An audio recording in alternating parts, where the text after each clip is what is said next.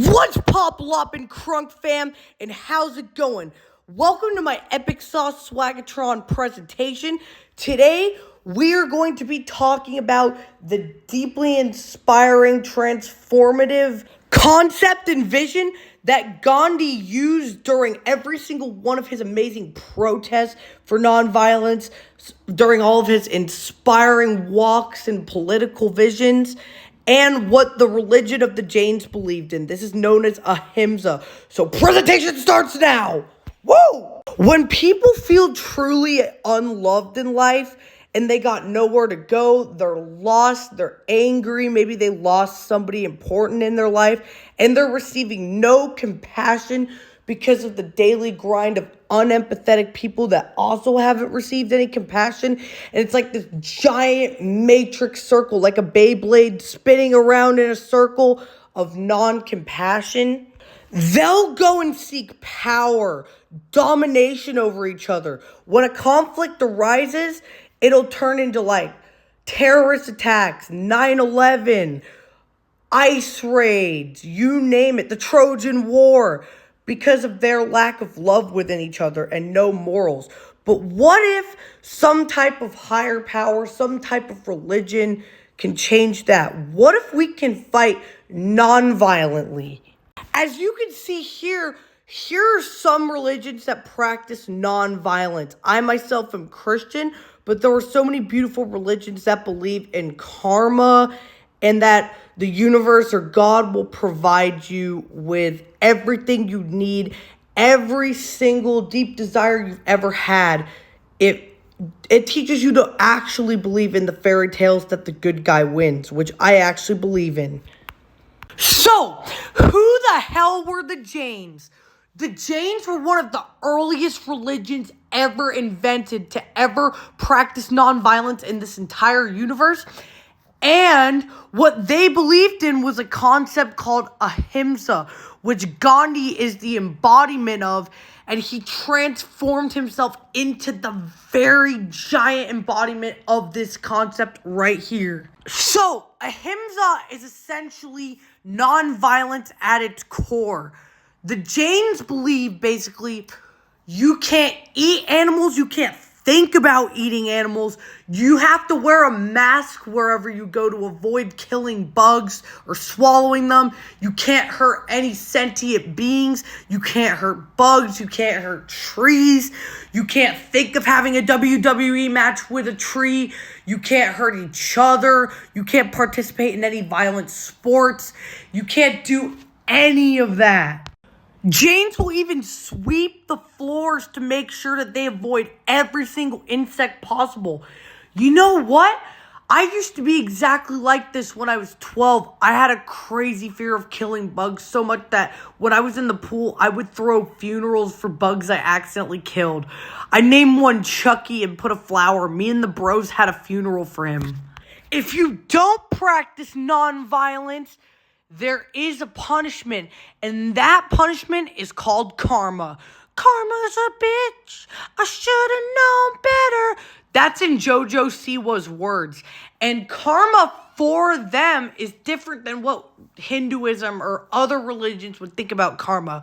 Karma is a little dude, a little demon, a sticky substance that'll connect to you. And when you do every single good deed possible, meditate, practice yoga, to speak to the liberated, that substance will melt off and you will achieve liberation or moksha.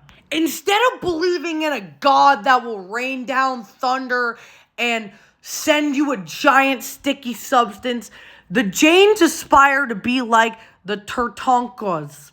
The Tirthankaras are 24 souls who have achieved liberation through ahimsa, through this process.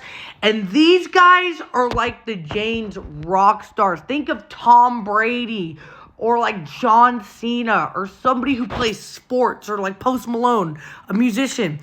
These guys are both their God. Even though they're not gods, they don't create the earth. They're just liberated through meditation, spiritual practice, ahimsa, and all that stuff. One of these Tirthanka guys is actually represented by something horrifying in our culture, something terrifying. When I first read it, I was like, what the hell? It's the swastika, which blew my mind. It's kind of still very controversial. What the swastika truly means in Jainism is the 4 cycles of existence, which is heavenly beings, human beings, animal/plant life, and hellish beings. And this is all determined on how much sticky shizzle you have on you, or how much karma. Now, I wonder what y'all are thinking. How the hell does this relate to Gandhi? Have you been to prison? They beat us and torture us. I am asking you to fight. To fight against their anger, not to provoke it. We will not strike a blow,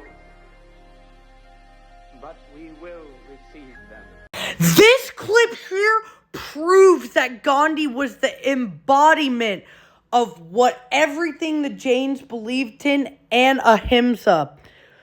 Just the fact that every single one of his political movements against brutal segregation and violence was met with these beliefs and nonviolence, such as the Salt March, what happened with the passes. When Gandhi was giving his ginormous speech in the movie for the Salt March to tell all of his followers what they must do to fight for Indians to be able to be treated well in South Africa, he stood up and he used their anger. He channeled the anger. He was telling, you guys are being treated like dogs. You guys are getting your rights brutally taken away. You have people on the street taunting you, calling you Sammies, whatever that means. You guys are being denied rights. You guys are being physically beat with violence. You guys are being physically beat on the street. This is enraging all of these Indians that want to be in South Africa without having to feel like this. In that scene in the movie, there's an Indian that's like, Gandhi, what the hell are you talking about? You get us all angry and we want to freaking kick some ass. We want to go WWE, UFC. We want to go Call of Duty mode with guns. We want to fight. And he's like, no, we have to take these punches like a man. That is the true meaning of ahimsa. Using non-violence to spark a point, to spark a revolution. Gandhi gave up his chastity, his own physical body, and he would even starve himself to the point where it looked like he was almost committing suicide to this cause. He starved himself to show the British, look what you were doing to people like us. Look what you're doing. And that is the most noble act. He felt personally responsible for everything that was going on. He felt like this was his responsibility, and he was going to put this on the back of his shoulders like a true hero, like a true knight. And who knows what he's done wrong, but from what we're reading, I'm seeing this as very heroic, something very inspiring, something amazing. He's using ahimsa. He lives in an ashram where everybody does the work. Everybody takes care of each other. He makes sure he takes care of others before he takes care of himself. And that is truly what this stands for. Tragically and ironically, January 30th, 1948, a Hindu nationalist murdered Gandhi. And it was on its way to a prayer meeting. How fricked up is that? Especially by someone who has similar beliefs. Hindus believe in karma and good deeds as well. Wow, what a stand-up guy. Compassion and empathy aren't idealistic, and I think that's what everybody thinks, and that's what pisses me off so much. It's what makes the newest engineers, scientists, rock stars, rocket builders.